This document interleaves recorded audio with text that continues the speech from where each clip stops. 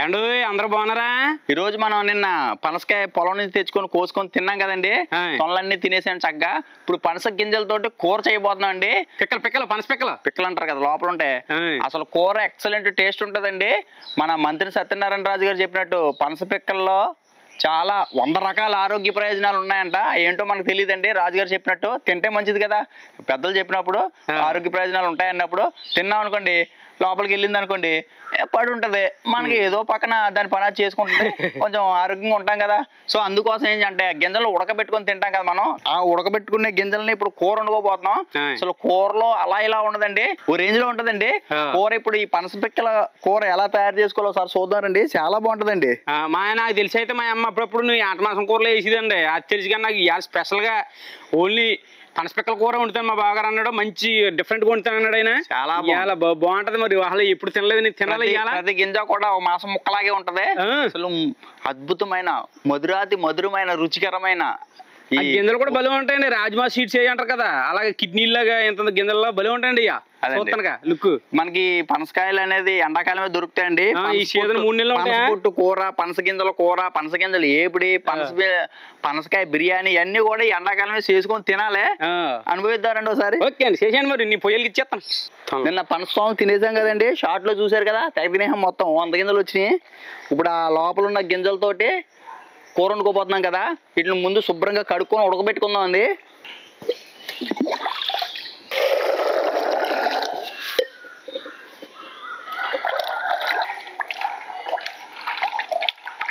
గింజలు జిగురుగా ఉంటాయి కదా, కొంచెం నొక్కి కడిగేసుకుంటే జిగురు అనేది పోద్ది.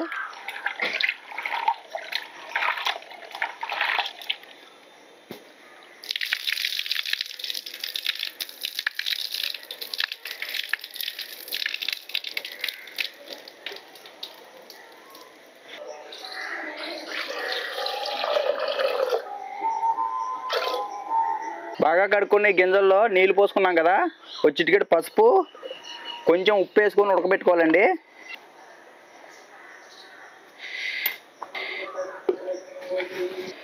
కుండ పొయ్యి మీద ఎట్టేసి 1/2 గంట సేపు ఉడికించుకుంటే గింజలన్నీ మెత్తగా ఉడికిపోతాయండి.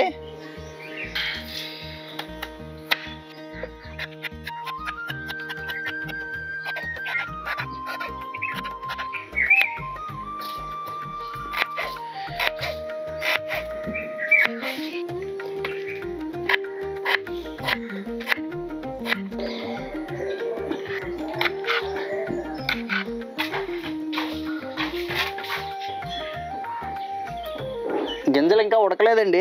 జీలకర్ర ధనియాలు వేపుకుందాం. ఫస్ట్ ఒక 3 చెంచాలు ధనియాలు, 1 చెంచా జీలకర్ర,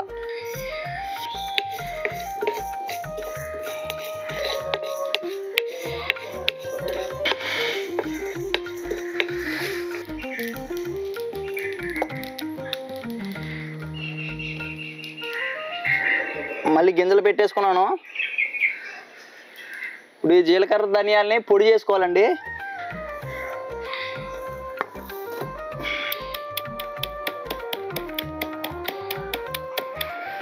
మా కిచెన్లోకి కొత్త రోలు వచ్చిందండి.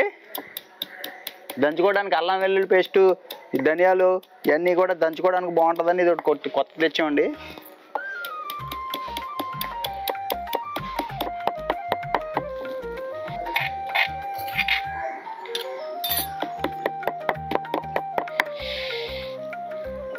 ధనియాలు జీలకర్ర పొడి రెడీ అయిపోయిందండి.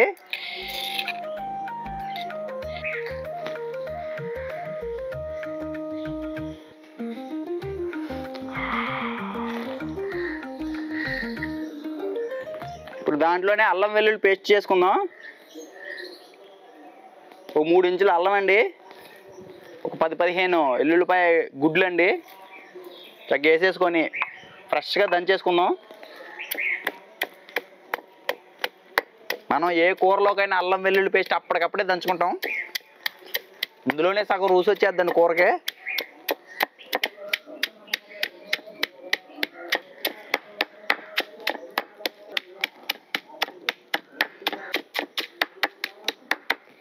అల్లం వెల్లుల్లి పేస్ట్ కూడా నలిగిపోయిందండి, తీసేస్తున్నాను.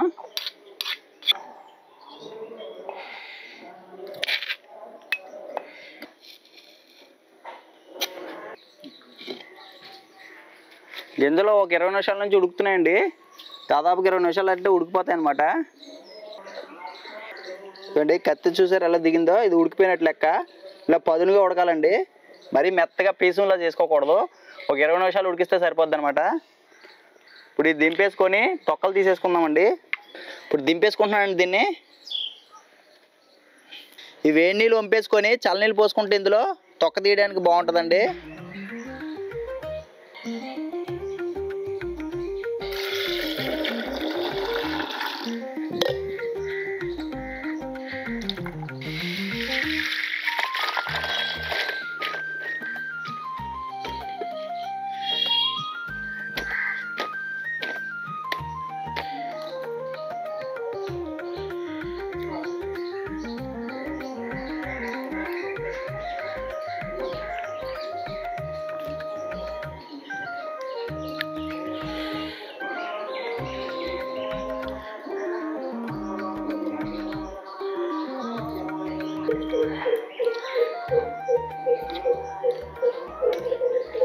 అండ్ బాగారు పనసపిక్కలు తొక్కలు వెళ్తున్నారా?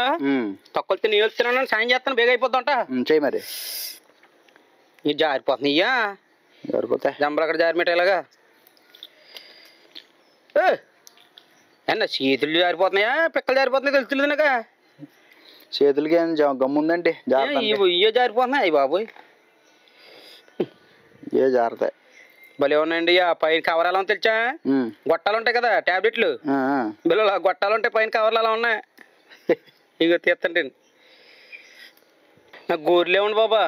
నాకు లేవు మరి, వెళ్తున్నాగా ఎలా ఉన్నాయి. దందు రాసుకుంటే బూడిద రాలిందని. ఇప్పుడు మన ఇద్దరికి గోర్లు లేకపోతే ఎలా రావాలి? ఏం జారిపోతున్నాయి అసలు, నిలబడతలే చేతులను. భలే మెత్తగా బాగా ఉడికినాయండి, పొద్దునగా మంచి పొద్దున మీద దింపేశారు బాగానే. మరే అలా ఉండాలి. మరి మెత్తగా అయిపోతే కూరలోనే బంగాళదుంప ఉడికిపోతే మెత్తగా రకంగా ఉంటుంది, అలా ఉంటాయి. చూడండి గింజలన్నీ ఇలా పొట్టు తీసేసుకున్నాం చూసారా, మొత్తం ఒలిచేసామండి. ఇప్పుడు ఈ గింజల్ని మధ్యలో కోసుకోవాలి, 2 ముక్కల కింద కానీ 4 ముక్కల కింద కానీ కోసుకోవాలి. ఇప్పుడు ఈ గింజల్ని మనం 2 ముక్కల కింద కానీ 4 ముక్కల కింద కానీ కోసుకుంటే కూరకు బాగుంటాయండి. మనం ముక్కలు ఇలాగ అడ్డంగా కోసుకోవచ్చు, నిలువుగా కూడా కోసుకోవచ్చు అండి. అంటే ఇలా నిలువుగా కోసుకుంటే చూసారా జీడిపప్పు బద్దలాగా మంచిగా కనపడుతుంది. కాబట్టి నేను అన్ని కూడా నిలువుగానే కోద్దాం అనుకుంటున్నాను. మనం గింజల కింద వేసేసుకోకుండా ఇలా కోసుకోవడం వల్ల ఉప్పు కారం అది బాగా లాక్కుంటాయండి. ఈ రకంగా అన్ని కోసేసుకుందాం మనం. ఇప్పుడు కూరకు సంబంధించి ప్రిపరేషన్స్ అన్ని రెడీ అయిపోయినాయండి. కూర వండుకోవడమే తర్వాత. ఇక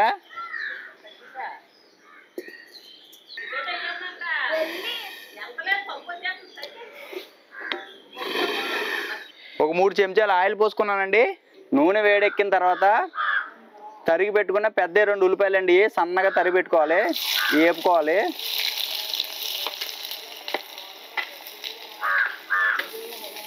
ఇలా చిన్న చిన్న ముక్కల కింద ఒక 4 పచ్చిమిరకాయలు కోసుకొని ఇవి కూడా వేపేసుకోవాలండి. ఫస్ట్ ఈ ఉల్లిపాయ పచ్చిమిరకాయ బాగా వేపుకుందాము.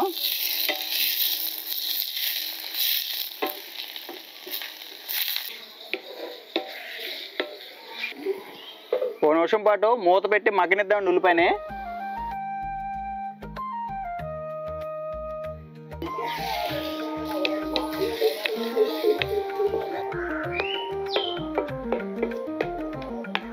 ఉల్లిపాయ పచ్చిమిరకాయ మగ్గిందండి. ఇప్పుడు మనం ఫ్రెష్గా దంచి పెట్టుకున్న అల్లం వెల్లుల్లి పేస్ట్ కూడా వేసి పచ్చివాసన పోయేదాకా వేయించుకోవాలండి.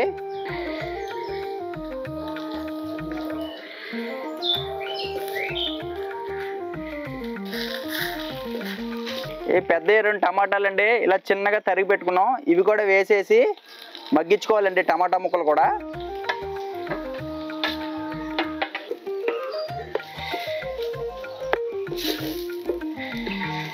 ఈ టమాటా ముక్కలు వేసిన తర్వాత బాగా ఒకసారి ఇలా కలుపుకొని మూత పెట్టుకుంటే ఆవిరికి మంచిగా మగ్గిపోతాయండి తొందరగా.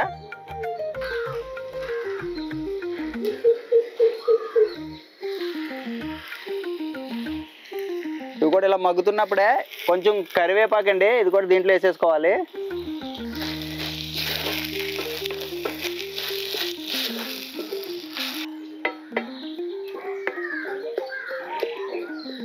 ఈ టమాటా ముక్కలు కూడా బాగా మగ్గిన తర్వాత ఒక చిటికెడు పసుపు, రుచికి సరిపడా ఉప్పు, ఒక 2 చెంచాల కారం, మనం ధనియాలు జీలకర్రని వేయించి పొడి చేసి పెట్టుకున్నాం కదండి ఆ మసాలా, ఇవన్నీ వేసేసి ఒకసారి వేపుకోవాలి.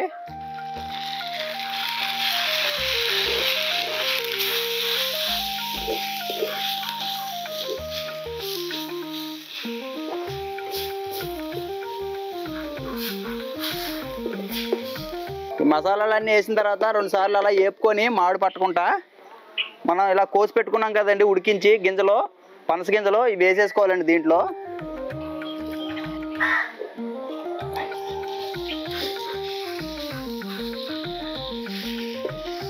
ఈ గింజలనే కూడా ఈ మసాలాలో 1 నిమిషం పాటు ఇలా మగ్గనివ్వాలండి.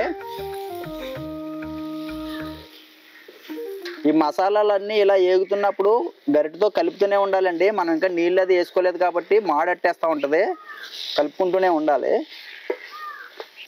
ఈ గింజలు కూడా మగ్గిన తర్వాత 1 గ్లాస్ వరకు నీళ్లు పోసుకోవాలండి.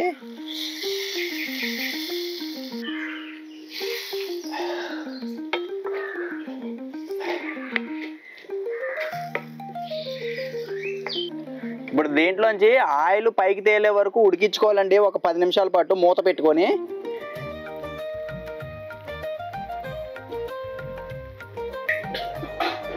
అండి నూనె అంత ఇలా పైకి తేలేదాకా ఒక 10 నిమిషాల పాటు ఉడికించుకున్నాం. ఇప్పుడు 1 చెంచా గరం మసాలా వేస్తున్నాను పైన, తరిగి పెట్టుకున్న కొత్తిమీర ఇది కూడా వేసేసుకొని ఒక తిప్పి దింపేసుకోవడం. ఇక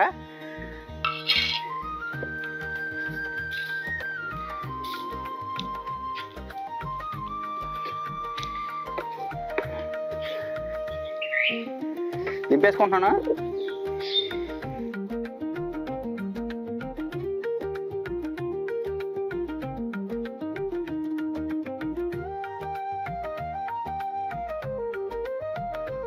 పనసపిక్క కూర రెడీ అయిపోయిందండి, గుమ్మగుమ్మలాడే పనసపిక్క. ఇక చూడండి సేమ్ జీడిపప్పుల్లో ఉన్నాయండి బద్దలా. బా బా కమ్మ కూర. బబ్బా మసాలా అదిరిపోయింది. అన్నంలో పెట్టినప్పుడు అయ్యో మాసం కూరలో ఉంది సేమా. అది అబ్బా సూపర్,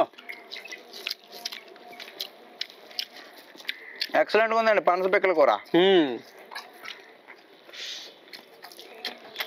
ఆహా ఇంకా బాగా వస్తుందని ఎప్పుడు అనుకోలేదు నేను. బాగా సితక్కుంటే నన్ను మాట్లాడించుకో. మాట్లాడితే ముద్ద లేట్ అయిపోద్దా చూడుగా కంగారు తినేనా. ఇది పట్టుకొని లేపో కింద కంచమా.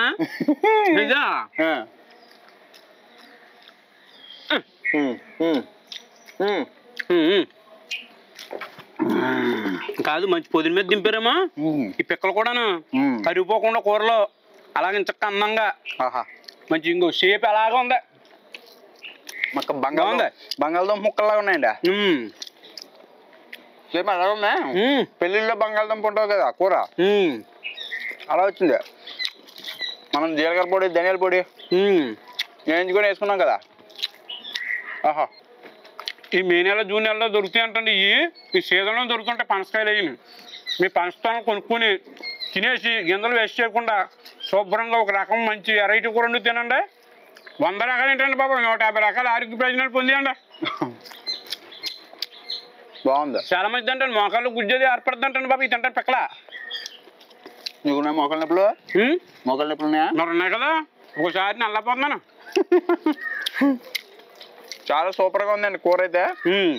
మీరు కూడా వండుకోవాలనుకుంటే ఇలాగ నేను వేసిన టమాటా వేసి చేశాను కదా, టమాటా మసాలా పొడులు అదే జీలకర్ర ధనియాలు వేయించుకొని వేసుకున్నాం కదా, భలే కమ్మగా వచ్చిందండి కూర అయితే. వండుకొని చూడండి, చాలా రుచిగా ఉంటుంది.